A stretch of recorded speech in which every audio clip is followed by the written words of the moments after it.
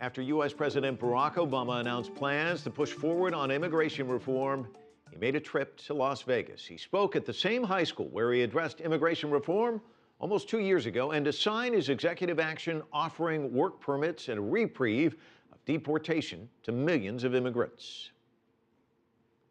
So we're not giving up. We're going to keep on working with members of Congress to make permanent reform a reality. But until that day comes, there are actions that I have the legal authority to take that will help make our immigration system more fair and more just. And this morning, I began to take some of those actions. He's damaging the presidency itself. President Obama has turned a deaf ear to the people that he was elected and we were elected to serve. But we will not do that.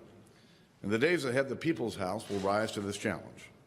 We will not stand idle as the president undermines the rule of law in our country and places lives at risk.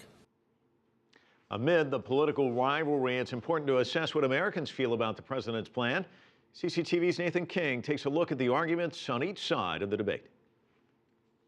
Obama, escucha, estamos en la lucha. Outside the White House this week, there have been rallies of strong support for the U.S. president's immigration reform.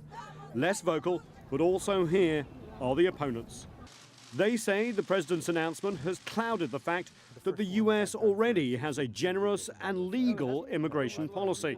Most people don't realize that we have a very generous immigration policy in the United States, that right now we're admitting more than 1 million people a year legally, plus hundreds of thousands of people coming legally as temporary workers. Congratulations. The U.S. has always been a nation of immigrants, and while most studies show immigration to the U.S. has not taken jobs from U.S. citizens, for opponents there is a moral question.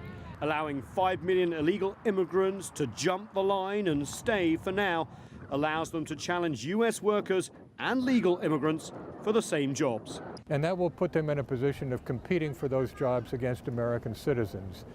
And if they're prepared to work for less money, it will draw down wages for the American workers and deny them jobs in many cases.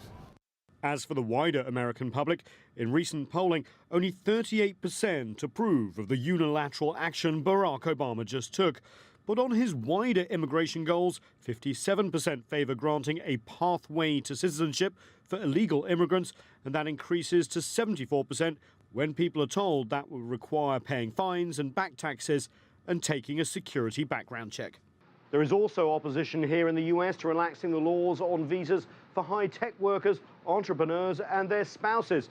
Opponents argue that at a time when US college graduates are struggling to find work and have record amounts of student debt, attracting foreign, highly educated workers and their families puts pressure on Americans at the top end of the income scale as well as the bottom. Nathan King, CCTV, Washington.